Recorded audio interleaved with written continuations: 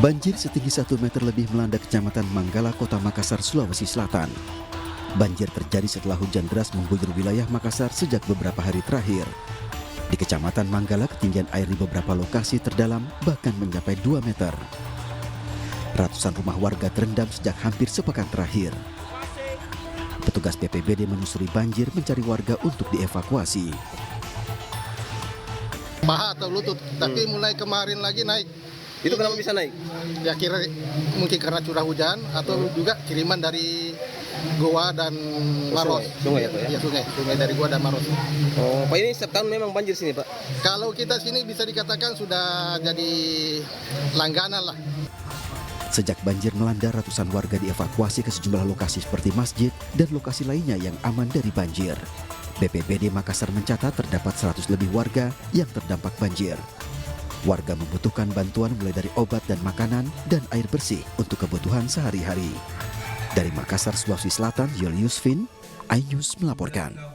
Selamat sore pemirsa, demikian tadi berita pilihan iNews sore bersama saya Bernadetta Ginting. Kita awali pemirsa iNews sore dari informasi Kongres Luar Biasa PSSI yang diwarnai kericuhan hingga dilakukan pemilihan ulang Wakil Ketua Umum PSSI. Sejumlah voters memprotes hasil pemilihan Wakil Ketua Umum yang pada pemilihan awal dimenangkan oleh Menpora Zainuddin Amali dan Yunus Nusi.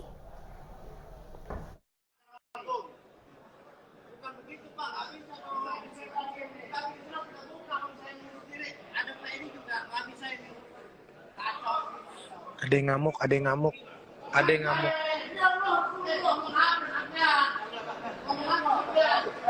Ya, ribut.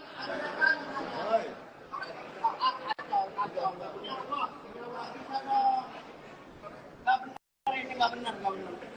Namanya nggak sesuai dengan nama, Pak. Keributan terjadi setelah pengumuman hasil suara pemilihan Wakil Ketua Umum PSSI. Sejumlah peserta Kongres marah karena merasa banyak suara yang hilang. Menurut salah satu peserta Kongres, situasi di dalam lokasi Kongres yang berlangsung tertutup itu sempat tegang namun tetap kondusif. Setelah terjadi perdebatan, akhirnya diputuskan dilakukan pemilihan ulang untuk posisi Wakil Ketua Umum. Dalam pemilihan awal, Zainuddin Amali dan Yunus Nusi mengungguli perolehan suara dan terpilih sebagai Wakil Ketua Umum PSSI. Sementara Ratu Tisha berada di posisi ketiga dengan suara 44.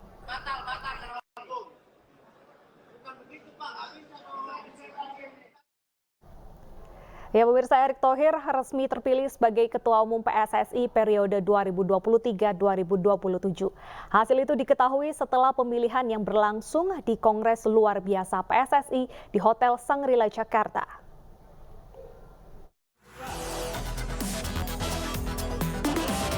Erick Thohir Erick Thohir resmi terpilih sebagai Ketua Umum PSSI periode 2023-2027. Hasil itu diketahui setelah pemilihan yang berlangsung di Kongres Luar Biasa PSSI di Hotel Shangri-La, Jakarta. Erick Thohir meraih 64 suara dari 86 voters. Kongres Luar Biasa PSSI 2023 dimulai pada pukul 9 pagi. Pengambilan suara Ketua Umum dilakukan setelah rangkaian pembukaan dan sambutan dari Menteri Pemuda dan Olahraga Zainuddin Amali. Selain Erick Thohir, 3 calon ketua umum lainnya turut hadir yaitu Lanyala Mataliti, Arief Putra Wicaksono, dan Doni Setiabudi. Lanyala Mataliti memperoleh 22 suara, sementara 2 calon ketua umum lainnya tidak memperoleh suara. Pasca dinyatakan terpilih sebagai Ketua Umum PSSI baru, Erick Thohir menyampaikan ambisinya membenahi sepak bola Indonesia. Menurutnya hasil pemilihan ini belum merupakan kemenangan, melainkan ajang pembuktian misinya untuk membangun sepak bola yang bersih dan berprestasi. Ini bukan kemenangan saya, tetapi harus kita buktikan menjadi kemenangan bersama. Yaitu apa? Membangun yang namanya sepak bola bersih dan prestasi. Dan waktu itu saya bicara bahwa perlu nyali memperbaiki sepak bola Indonesia. Tidak perlu teori-teori. Hari ini kita sudah tidak bicara nyali lagi. Tapi kita bicara bagaimana nyali membuktikan memang kita berprestasi. Dalam bisnis olahraga, Erick Thohir memiliki rekam jejak yang mumpuni. Ia pernah memiliki saham di klub NBA yakni Philadelphia dan klub MLS DC United. Sementara dalam dunia sepak bola, Erick melebarkan sayapnya dengan membeli saham klub raksasa Italia Inter Milan pada 2013 lalu. Ia juga memiliki saham mayoritas pada klub Liga Inggris Oxford United. Erick Thohir juga memiliki segudang pengalaman memimpin organisasi olahraga dalam negeri. Ia pernah menjadi Ketua Umum PP Perbasi pada 2006 hingga 2010 dan tercatat pernah menjadi Ketua Komite Olimpiade Indonesia pada tahun 2015 hingga 2019. Erick Thohir juga memiliki saham di klub Persis Solo dengan menggandeng putra Jokowi, Kaisang Pangarep. Tim Liputan iNews melaporkan.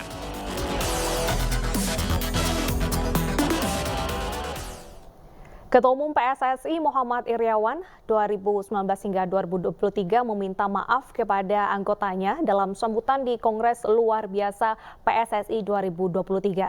Sementara Lanyala Mataliti berjiwa besar menerima hasil pemilihan Ketua Umum PSSI yang diraih oleh Erick Thohir.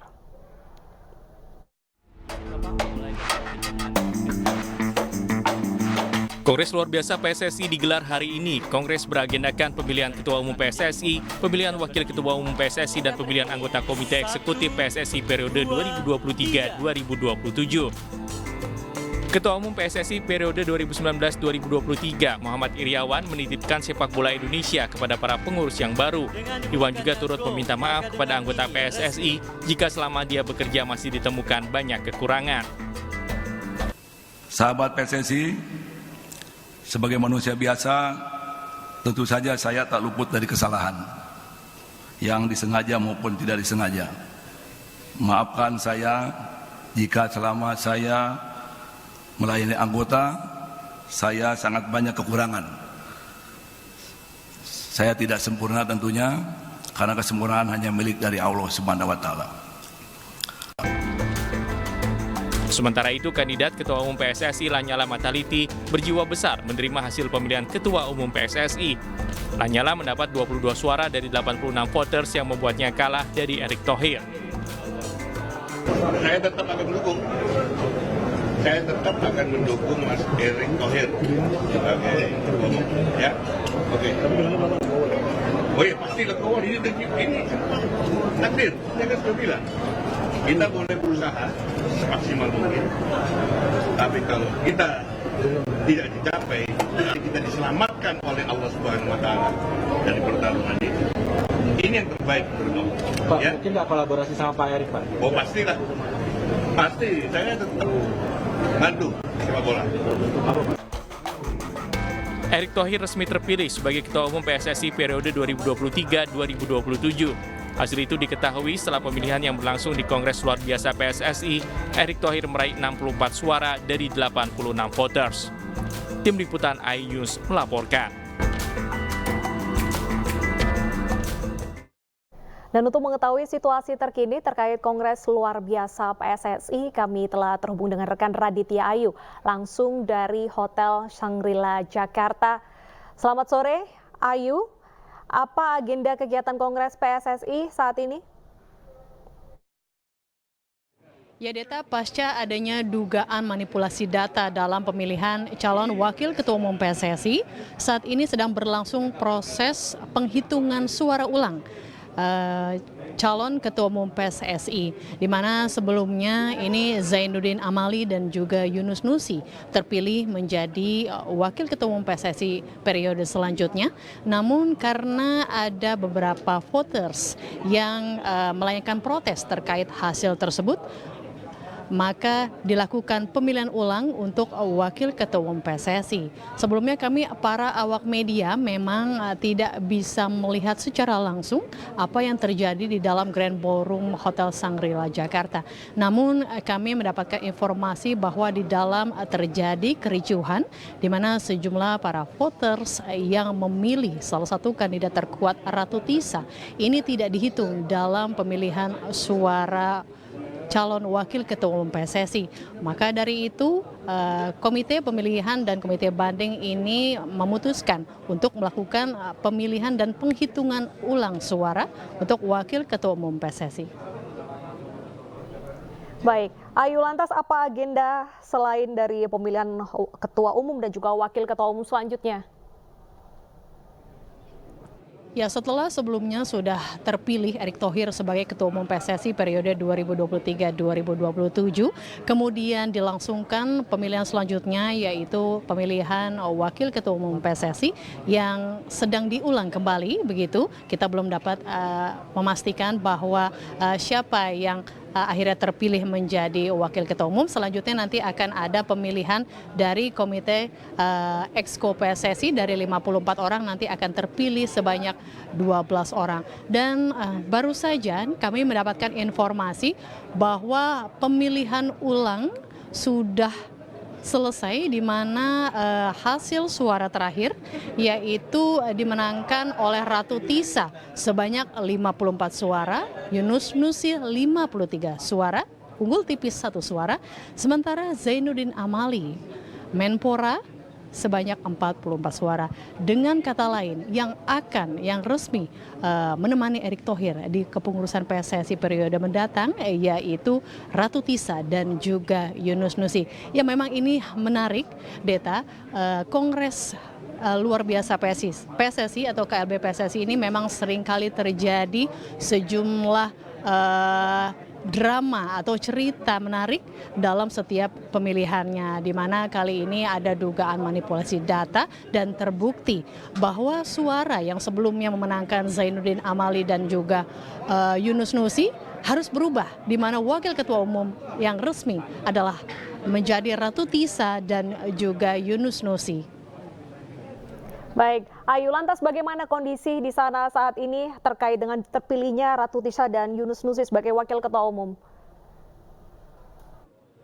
Saat ini kami belum dapat memastikan karena tadi baru saja kami mendapatkan bocoran bahwa pemilihan ulang ini dimenangi oleh Ratu Tisa dan Yunus Nusi. Kami awak media yang menunggu di luar ini masih menunggu kedatangan para wakil ketua umum PSSI selanjutnya. Ya, kami belum dapat menggambarkan bagaimana suasana yang ada di sini karena memang di luar Grand Ballroom ini hanya awak media saja yang menunggu kedatangan wakil ketua umum terpilih. Untuk pemilihan Komite Expo PSSI, Exco PSSI, apakah akan berlangsung terbuka atau tertutup? Sama seperti pemilihan sebelumnya, di mana Kongres luar biasa PSSI ini secara keseluruhan ini dilakukan secara tertutup. Para awak media ini hanya diperkenankan untuk masuk ke dalam ruang utama hanya saat pembukaan KLB tadi pagi sekitar pukul 9. Namun keseluruhan pemilihan ini hingga nanti pidato dari Ketua Umum PSSI terpilih Erick Thohir ini masih dilangsungkan secara tertutup informasinya, maka kami hanya bisa menunggu di luar saja. Baik, terima kasih Raditya Ayu. Kami akan kembali menghubungi Anda ketika sudah mendapatkan informasi terbaru terkait agenda PSSI sore hari ini. Sementara itu, pemirsa, Presiden Joko Widodo berharap Ketua Umum PSSI yang baru bisa mereformasi total PSSI. Presiden juga berharap sepak bola Indonesia bisa merajai ASEAN. Di sana sesuai dengan statuta. Kita harapkan dengan ketua yang baru nanti terjadi yang kita harapkan terjadi reformasi total. Ini harapan dari kita. Ya. Pak Jokowi ini sehingga sepak bola kita menjadi hidup dan bisa paling tidak ASEAN bisa step pertama bisa KPK, kemudian Asia step yang kedua bisa KPK. Harapan dari pemerintah itu aja.